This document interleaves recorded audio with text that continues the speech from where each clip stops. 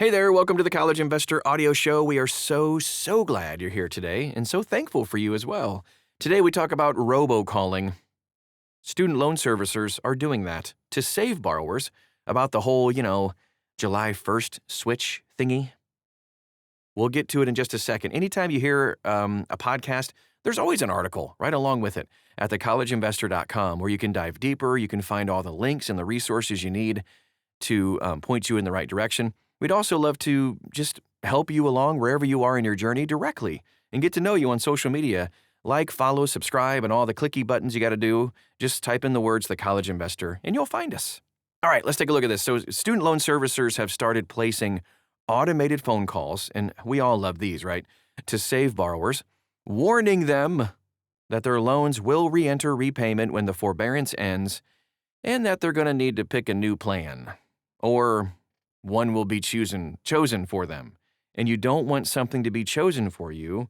You just want to go ahead and pick the right one for you. Some borrowers have begun sharing transcripts of the messages online. One automated message from Nelnet tells borrowers their, quote, loans will re-enter repayment when the save plan ends, and that they will need to choose a new repayment plan. If you don't choose a plan, one will be assigned for you. That was my best robotic voice. I don't know if I did a good job there, but anyway, the call points borrowers to studentaid.gov, that's good, and notes that the new Repayment Assistance Plan, or RAP, becomes available starting July 1st, and reminds those enrolled in auto debit that payments will pull automatically even if they don't select a plan and default to standard. You've had enough warnings. If you are still in save, get out of it. Like today, as soon as you're hearing this. All right, here's why it matters. Here's why you need to do this. The Department of Education has been contacting borrowers inside this SAVE plan forbearance over the last several months. A second email courtesy notice went out in May, and in an interview with the College Investor last week under Secretary of Education Nicholas Kent, he said another round of outreach will happen in June. It's probably already happened by the time you're listening to this. This round would be the first direct outreach many SAVE borrowers will have received by phone. Roughly 7 million borrowers still need to leave SAVE. Just a mind-boggling number. And the calls appear to be designed to ensure as many borrowers are reached as possible. We reached out to the Department of Education for comment, but we haven't heard a response yet. Here are the details. The SAVE plan was struck down in court a long time ago, and the remaining borrowers in the associated SAVE forbearance are going to need to select a new repayment plan in the coming months. We have done dozens of episodes on this, by the way, in the last few months of our podcast. Go back and listen to those if you don't believe me. Like, seriously, get out of the SAVE plan. Starting July 1st, sorry for my snark, it's just like, we want to save you, okay? We want to save you from the SAVE plan. Starting on July 1st, servicers begin formally notifying borrowers who then have a 90-day window to choose a new plan. You have been given plenty of time. The new options include RAP and a tiered standard plan alongside existing IBR. Borrowers who don't act risk being moved into the standard repayment plan, which is the 10-year plan. RAP, which is the new income-driven option, sets payments based on adjusted gross income minus $50 per dependent and includes an interest subsidy and a principal match designed so on-time payments always lower the balance. Watch out for scams.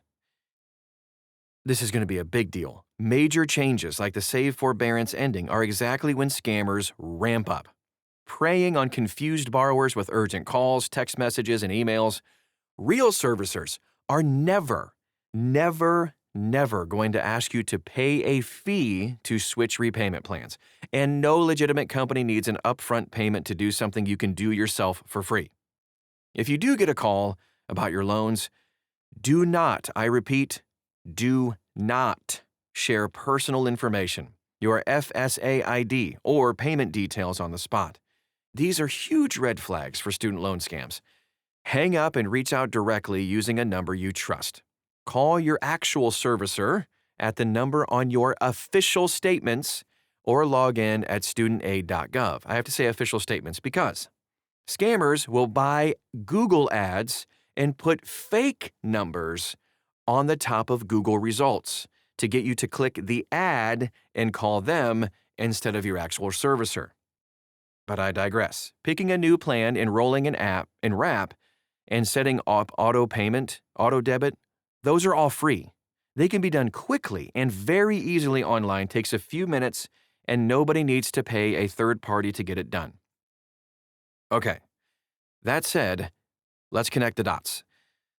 This latest round, and there have been many rounds of outreach, matches what we heard directly from the top federal official overseeing the program. In our June 10th interview, Undersecretary of Education Nicholas Kent, he told us that the SAVE plan is dead, direct quote there, that servicers would notify borrowers in tranches rather than all at once, and that another round of notices would go out to borrowers in June, probably already has, you've probably already heard it, as a reminder ahead of the July 1st changes.